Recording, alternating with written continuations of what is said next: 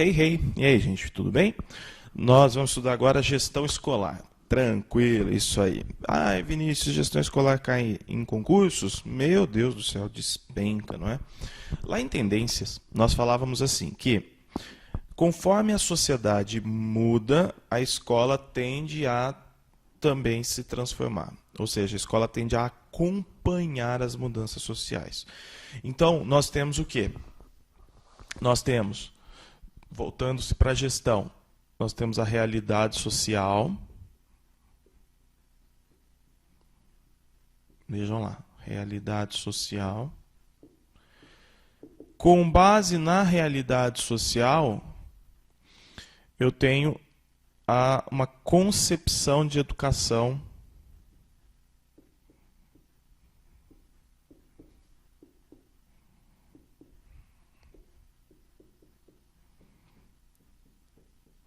e de organização escolar, concepção de educação e de organização escolar, e é justamente essa concepção que vai influenciar na gestão escolar. Então é sempre assim que nós vamos perceber, por N motivos. Um deles é porque a escola tem esse caráter, essa característica flexível, mutável, com base nas transformações sociais. Uma outra característica é porque ela está vinculada dentro de uma hierarquia a um sistema maior. E esse sistema maior ele define as condições de trabalho, de organização e tudo mais, não é? Então, se nós temos uma sociedade autoritária, né, se eu vivo numa sociedade autoritária, a escola tende a ser também autoritária. Escola também autoritária. Conforme a sociedade vai se democratizando, sociedade democrática, e essa democratização ela vai se intensificando, cada vez mais democrática, a escola também passa por esse processo. A escola também vai se democratizando. Tudo bem? Então, essa é a visão que a gente tem da escola. Por isso que a escola ela tem um caráter, uma natureza política também, não só pedagógica, porque ela acompanha, mesmo que os agentes escolares não queiram olhar para a realidade, acompanhar a realidade social e política, como acontece numa concepção tradicional de ensino, ou numa organização tradicional da escola, mesmo assim, indiretamente, a escola vai ser influenciada pelas relações sociais, pelo que acontece na sociedade. Tudo bem? Tranquilo isso, gente? Agora, e o termo gestão, né? O que significa o termo gestão? Então, quando a gente fala de gestão, nós estamos falando de palavras como, dentro dessa ideia de gestão, a gente está falando de administração,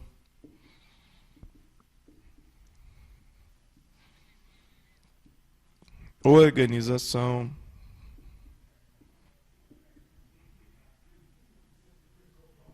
tomada de decisões, tomada de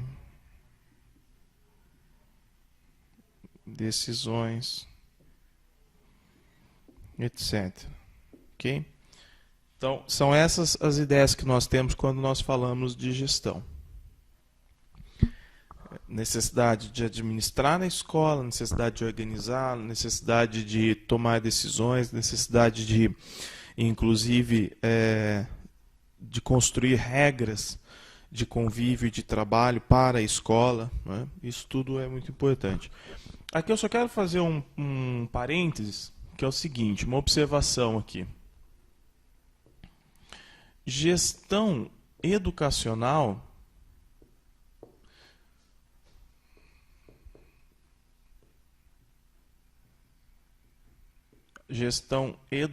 é diferente de gestão escolar. Por quê? Porque a gestão educacional é muito mais ampla. É diferente de gestão escolar. Gestão educacional é muito mais ampla, tá? Ela é muito mais complexa. Só que nós não vamos falar dela aqui. Mais ampla e complexa, porque ela exige uma discussão também mais complexa e mais demorada. Então, a gestão educacional vai abranger tudo que se faz em torno da escola, em todos os sentidos, na forma como nós concebemos a educação, na forma como lidamos com o aluno, na forma como organizamos espaço, nas avaliações, tudo diz respeito à gestão educacional. A gestão escolar é uma parte da gestão educacional, tudo bem? A gestão escolar que a gente está estudando aqui é uma parte da gestão educacional. Então é isso, só que eu quero que você reconheça, por quê? Para você não ver isso como sinônimo lá na hora da prova. Gestão escolar, então está falando da gestão educacional, não são coisas diferentes, tá bom? Agora, tanto um quanto o outro, visto que gestão escolar está dentro da gestão educacional, tem seus, vamos dizer assim, tem suas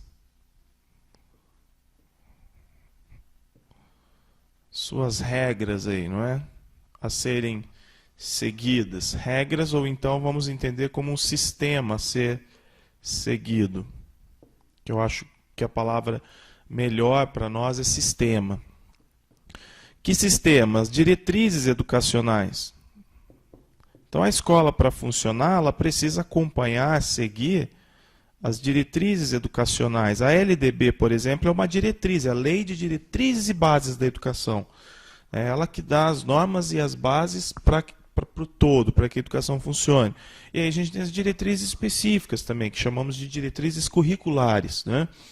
Então, diretrizes educacionais, o que mais? Normas, em geral, leis educacionais, exemplo, a Constituição Federal, outro exemplo aqui, o Estatuto da Criança e do Adolescente, que para a gestão educacional é muito importante. Nós temos as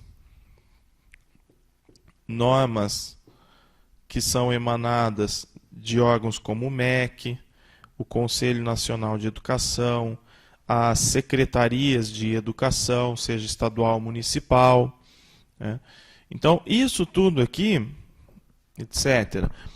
E tudo que nós temos de regulamentação jurídica, às vezes leis ordinárias, infraconstitucionais, uma determinada lei que o Estado, um determinado decreto do Estado que regulamenta, por exemplo, a escolha de diretor, isso tudo é acompanhado, é seguido pela escola. Isso tudo faz parte da gestão escolar. Muitas vezes, a gestão escolar ela acaba ficando até um pouco enrijecida, né? Um pouco burocrática por causa de uma enorme quantidade de leis. Bem, mas o que nós precisamos analisar aqui é o seguinte, uma coisa extremamente importante. O Libânio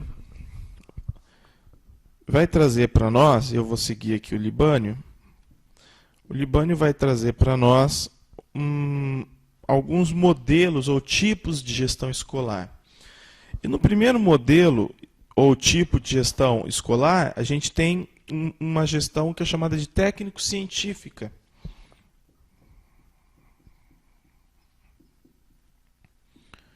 Técnico-científica. Vou colocar aqui as características da técnico-científica. Então, por exemplo, uma característica dela, da técnico-científica, é a ideia da hierarquia. Então, existe uma hierarquia de funções e de cargos bem que é marcante, né, na hierarquia de cargos e funções. Essa hierarquia torna um cargo mais influente e às vezes até na visão técnico-científica chamado de mais importante. Exemplo, o diretor. Um exemplo aqui é o diretor. O diretor, por estar numa hierarquia suprema, ele é visto como o grande responsável pelas decisões na escola. Então, o diretor é aquele que centraliza nele as decisões. Centralização das decisões. Centralização das decisões. Ok? Centralização das decisões. Então, isso faz com que sempre, né, para se tomar decisões, para se fazer algo, tenha que passar por alguém. Alguém tenha que dar o aval, uma pessoa, né, tenha que falar, ó, pode ou não pode. Normalmente essa pessoa é o diretor. Isso faz com que a administração seja uma administração, ó, burocrática. Administração burocrática, tá vendo?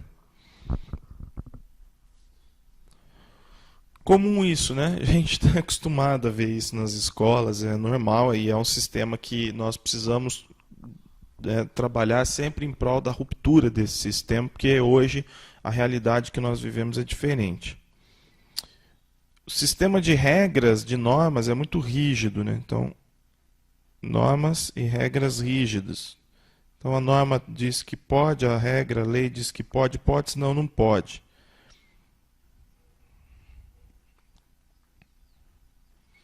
O problema é que normalmente essas regras elas servem muito mais para limitar o trabalho do que para promover uma expansão do trabalho dentro da gestão escolar. Elas limitam demais, né? E isso acaba sendo um problema muito sério. E aqui eu vou colocar aqui para ocupar esse espaço, para depois a gente ir para as outras. Pensa-se muito no quê? Em qualidade total, né? Então a escola tem que funcionar tudo certinho, como se fosse programada para aquilo, para que ela alcance a qualidade total do trabalho, da organização, da estrutura. E no caso o trabalho ele tem como foco a gestão empresarial. A gestão empresarial. Então, como funciona uma empresa, deve funcionar a escola, o que justifica, né, esse caráter técnico e científico. Então, gestão técnico-científica, né? Então, está aqui, gestão empresarial. O foco do trabalho está na gestão empresarial, da forma como se trabalham as empresas. Tranquilo, gente? Fácil? Um outro modelo que nós temos é o chamado autogestionário. O modelo autogestionário, que tem uma influência muito grande, né, como nós falamos lá nas escolas, na libertária, na tendência, né, o autogestionário está muito dentro dessa ideia da escola influenciada pelo anarquismo. Então, uma gestão autogestionária.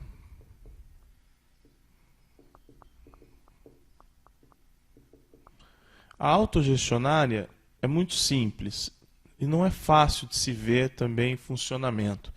A autogestionária, a escola, ela se organiza em grupos.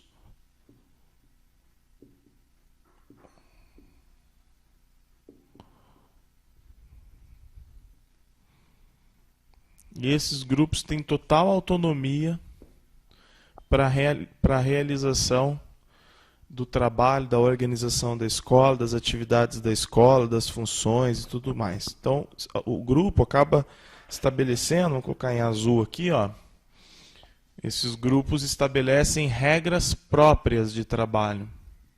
Então, senta, conversa e estabelecem as regras próprias de trabalho. Então, não se vincula, né, a nenhum tipo de... colocar aqui embaixo. Nenhum tipo de regra de administração já pré-determinada, burocracia, lei, sistema, não há apego a nada disso, né? Então, sem adesão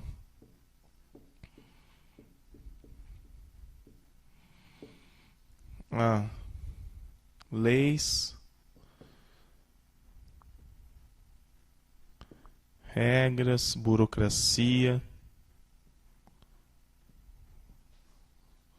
Uma outra coisa que não vai ocorrer também, centralização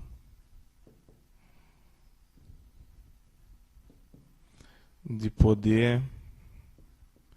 Não tem autoridade, quem manda, quem não manda. Autoridade, ok? Então, sem adesão. Então não tem nada disso. Tudo isso que eu coloquei, na verdade, é o que não vai acontecer, o que não vai se valorizar numa administração, numa escola autogestionária. Tudo é decidido nas assembleias, coletivamente. Decisão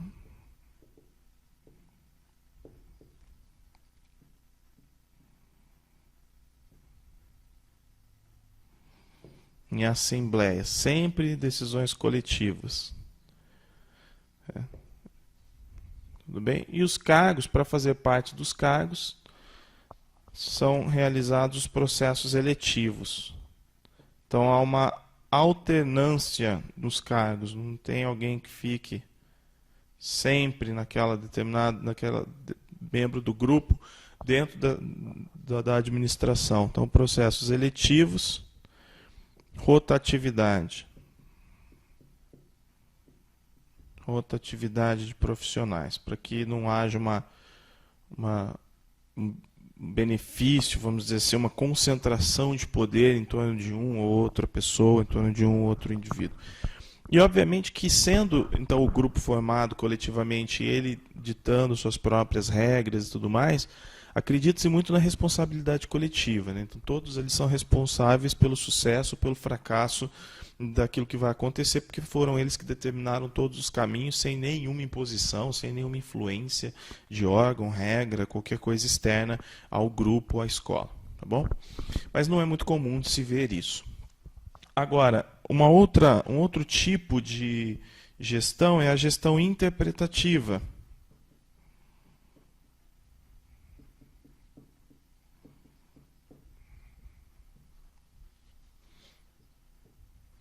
A gestão interpretativa, ela é muito baseada ela está muito focada na realidade escolar, no dia a dia. Então é como se fosse assim, o contexto da escola ele não está pronto e acabado, ele se constrói a cada dia. Isso é o ponto primordial dessa gestão interpretativa. O contexto escolar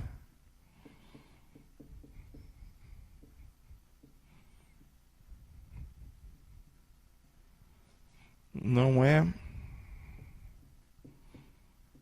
pronto e acabado. É construído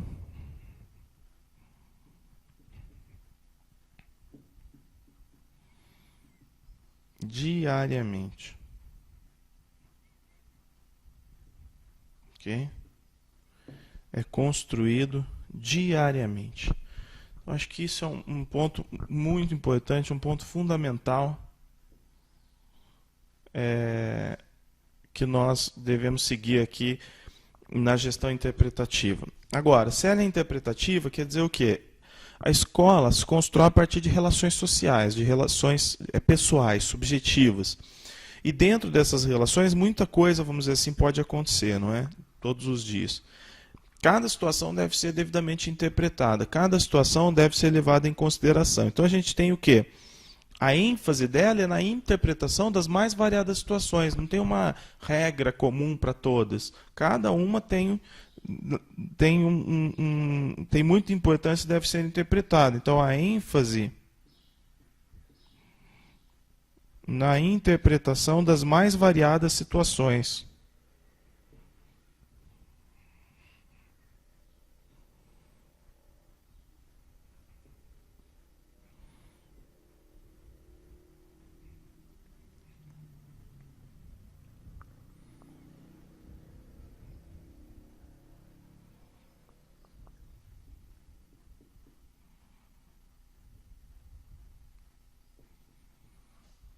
ênfase na interpretação das mais variadas situações, ok? Então, são os dois aspectos importantes dessa gestão.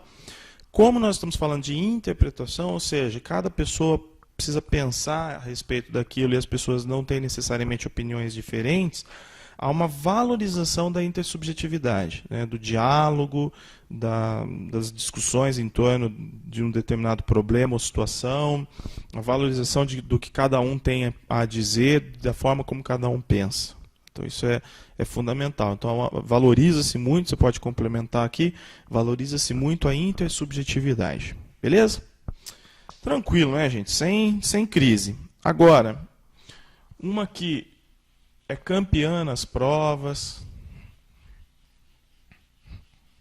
que é muito importante, é a gestão democrático-participativa. Né? Essa aqui é extremamente importante. Gestão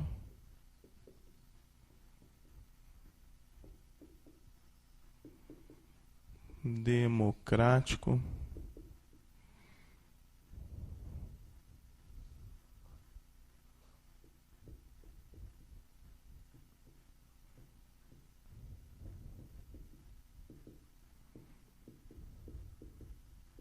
participativa. Hoje é a gestão que a LDB, a Lei de Diretrizes e Bases, vai defender. Então a gente vai ter a valorização da gestão democrática nos artigos 3º, no 14, no 15. Tá? Então tem, por exemplo, participação dos professores na elaboração do projeto político-pedagógico, que está no artigo 12, se eu não estou enganado, também. Então, incumbe às escolas elaborar coletivamente o projeto político-pedagógico, também, gestão democrática.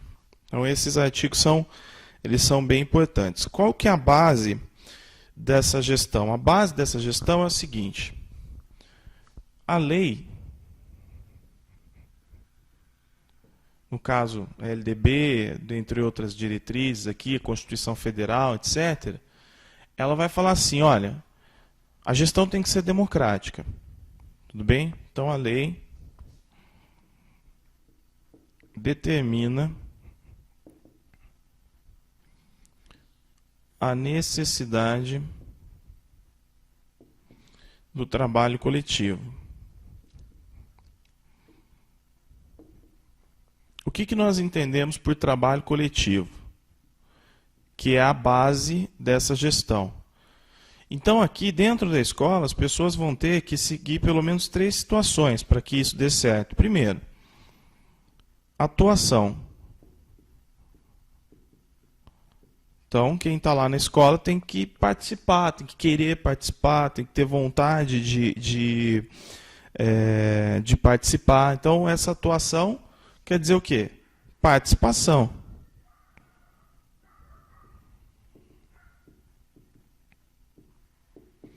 Além de atuar, participar, o trabalho vai ter que ser coletivo. Então, trabalho coletivo. E os participantes são os responsáveis por aquilo que vai ser criado, responsabilidades.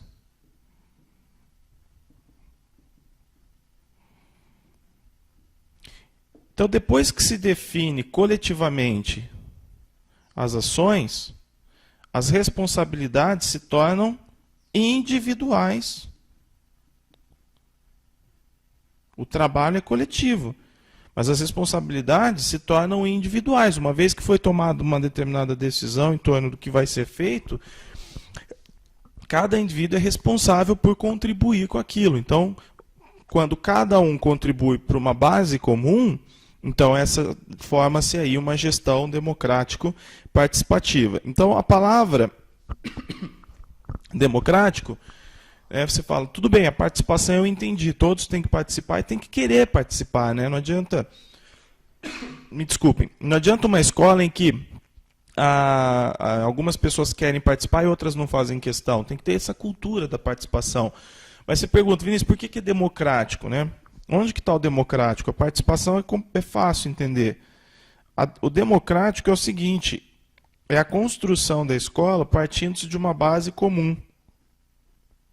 Então, o democrático está na base comum. Base comum do quê?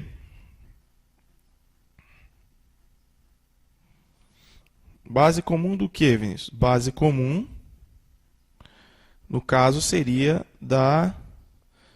dos anseios das pessoas da equipe que estão dentro da equipe escolar.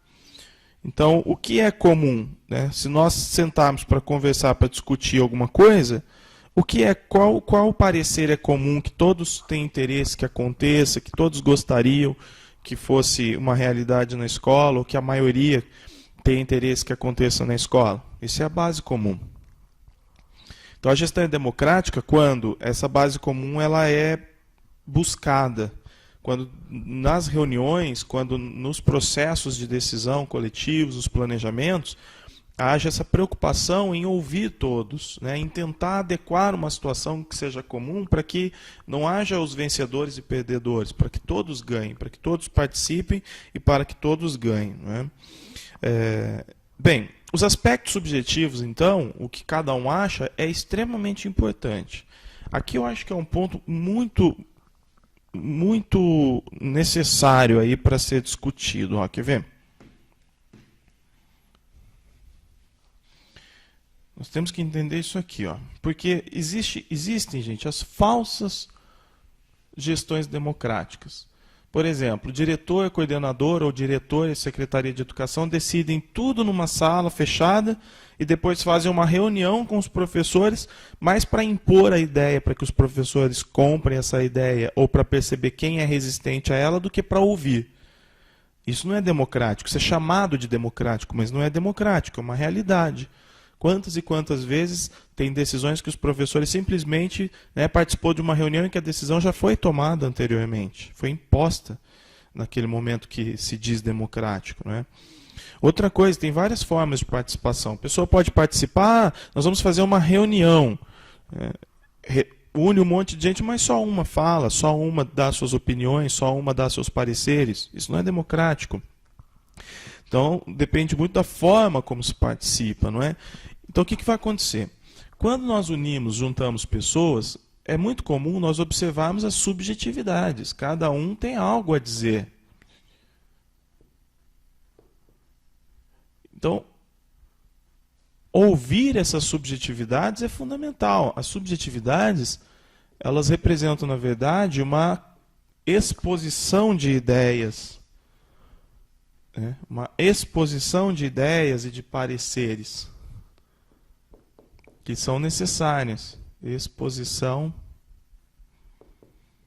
de ideias. É aquilo que nas empresas hoje em dia é chamado de brainstorming, tempestade de ideias. Ideias. Exposição de ideias, não de ideais. Agora, depois que essas ideias foram expostas, então aqui a gente teria uma primeira etapa. Nós temos que ir para uma segunda, que é o quê? Uma organização de como vai funcionar tudo isso. Então, a organização, né, do trabalho, a gestão e organização do trabalho tem que ser tratados de que forma? Com objetividade e de forma sistemática. Uma vez que as pessoas deram suas opiniões e nós traçamos um planejamento, agora esse planejamento tem que ser trabalhado a partir de 2 critérios, com objetividade e de forma sistemática. Então aqui, ó, nós temos o planejamento, da subjetividade surgiu o planejamento, surgiram metas. Isso aqui tudo está dentro da ideia de gestão, não é? Então surgiram planejamentos, surgiram metas, agora eu não posso, agora não tem mais essa coisa de cada um faz o que quer, cada um pensa de um jeito. Esse momento já foi superado. Agora é todos trabalhando em prol de um único resultado. Vejam que as responsabilidades agora são individuais, não é? Então o planejamento e as metas devem ser cumpridos com base em 2 critérios, na objetividade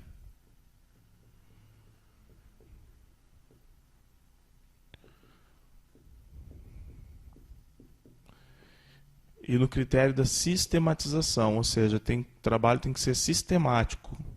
Tem procedimentos, tem regras. Tem uma metodologia a ser seguida.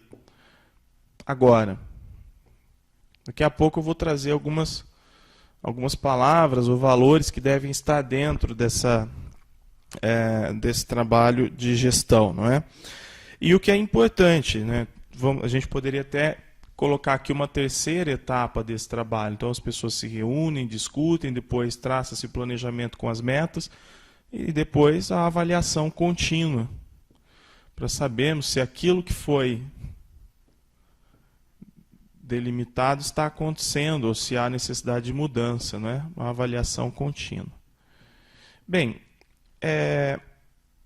fica aí de tarefa para vocês, e depois isso tem nas aulas de legislação da LDB também, ler esses artigos. O terceiro, que são os princípios, onde está a gestão democrática, o 14 e o 15. No 14 e o 15 vai se dizer o seguinte: a escola ela tem autonomia para organizar a sua gestão democrática, para mobilizar as pessoas e executar o trabalho dentro da escola, obviamente levando-se em consideração isso aqui, né, que eu falei com... Bom, já apaguei já. Aquelas regras que nós falamos que existem, não é? As diretrizes e tudo mais. Tem que considerar isso aí. Mas a escola tem autonomia para mobilizar, para organizar a sua equipe em prol de uma gestão democrática. O artigo 14 e 15 vai dizer isso. Tá? Então, leia lá com atenção. O que vai acontecer é o seguinte: algumas palavras que acabam sendo identificadas enquanto valores são fundamentais e estão dentro da ideia da gestão democrática. Então, que palavras são essas, ou que valores são esses que estão dentro da ideia de gestão democrática? Eu entendo como valores. Outras pessoas podem dizer princípios. Não tem problema, tá? A questão é que a gente tem que entender que dentro da gestão democrática, uma coisa que eu tenho que considerar é a autonomia. Eu tenho que pensar em autonomia. Tá? Quando eu penso em gestão democrático-participativa, eu tenho que pensar em autonomia. Já vou falar um pouco dela. Eu tenho que pensar em participação. As pessoas precisam participar do processo. E a participação, gente, ela tem um ponto aqui que é muito subjetivo, que é o querer participar, é a intenção. Vou até colocar aqui já. Os processos, eles devem ser intencionais. A intenção é importante. Não adianta a pessoa participar obrigada, participar sem desejo de contribuir, né, sem querer dar ideias, sem querer estar ali. Não adianta. Participação. Outro ponto, planejamento.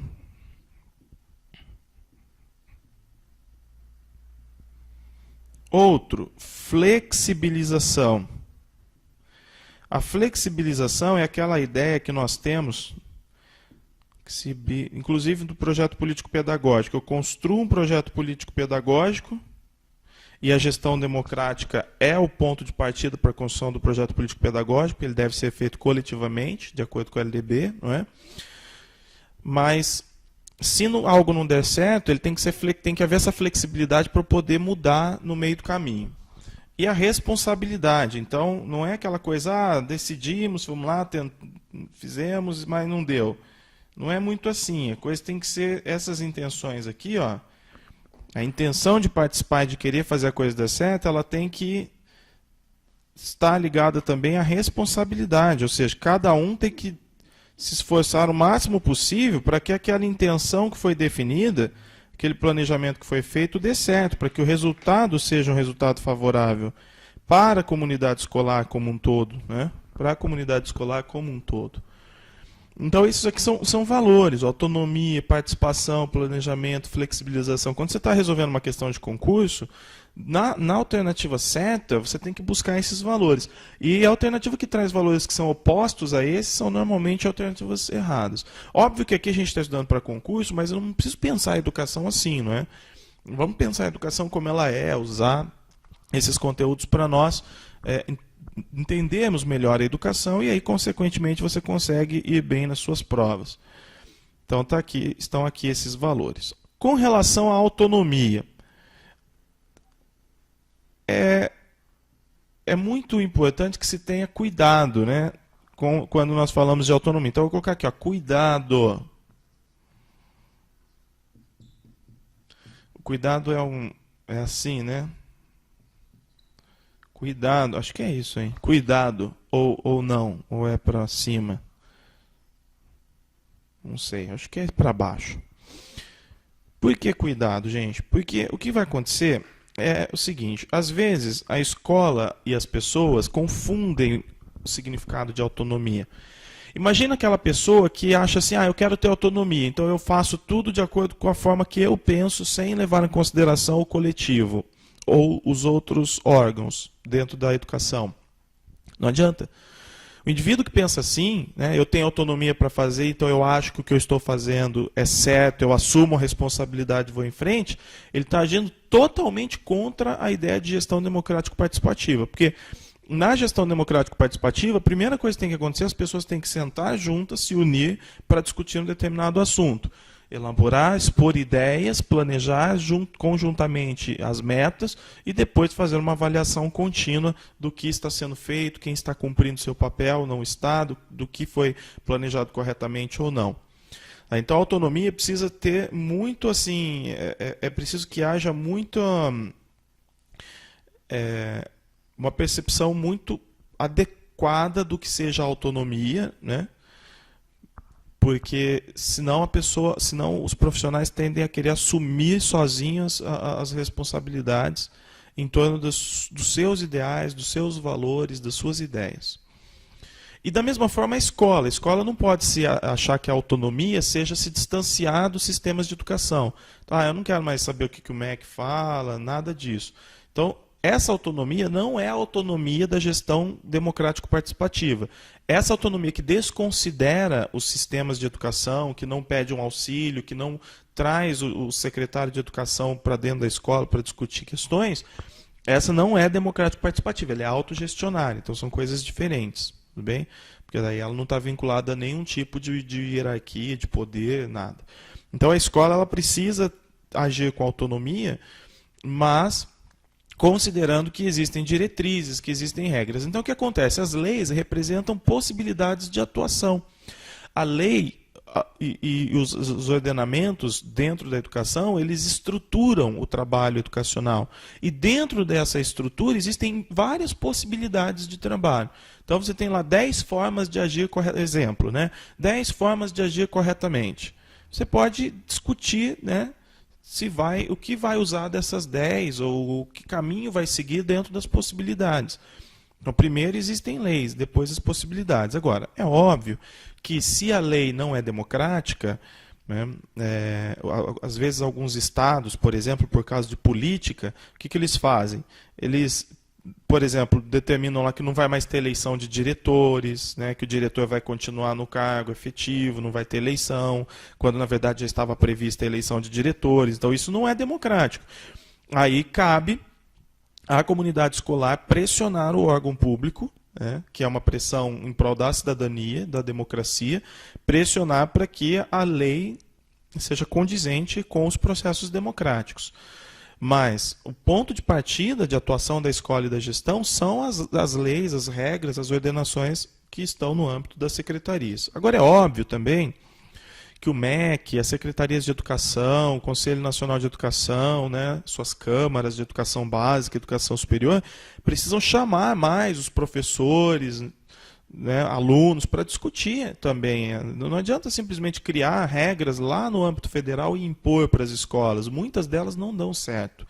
Então, na verdade, o processo democrático ele tem que transcender a escola, ele tem que também ir lá para as secretarias, para os órgãos de hierarquia superior, né? Tem que começar ali a gestão democrática, para que esse trabalho se torne uma cultura em todos os ambientes educacionais que nós temos no nosso país. E a participação, Vinícius? Então, a participação ela é o quê? Uma mobilização. Quando eu falo, vamos participar, vamos nos reunir, participar para que todos possam dar ideias e depois para que todos possam ter suas funções, né, para que todos saiam dessa reunião, desse planejamento com uma função, né, e quando todos cumprirem suas funções a gente chega a um resultado coletivamente. Então, para que serve a participação? É justamente para superar as ações que sejam fragmentadas e isoladas. Então, tem um evento cultural na escola, por que um professor só tem que ficar correndo atrás? Quando, na verdade, ele pode envolver mais professores, coordenação, alunos, os pais dos alunos, para que o evento seja um sucesso coletivamente, todos tenham mérito, para que seja criada uma cultura do trabalho coletivo, uma cultura de que não há um empregado de um ou de outro responsável, mas que todos são responsáveis e precisam tentar buscar a sua responsabilidade. As pessoas dentro da escola precisam perguntar um pouco, olha, o que eu posso fazer para contribuir? O que eu posso fazer além do que eu faço para ajudar nessa missão, nesse planejamento? Então, isso vai muito da postura de cada um, e isso é uma questão cultural. Então, a participação está bem em torno disso. A participação serve tanto para que as ações não sejam isoladas e fragmentadas, como para se criarem corresponsáveis pelo processo, dentro da execução do trabalho que vai ser realizado. Bem, nós vimos a primeira parte. Agora, na segunda parte, eu vou falar sobre quais são os momentos democráticos dentro da escola que influenciam na gestão escolar. Até a próxima parte, pessoal. Valeu!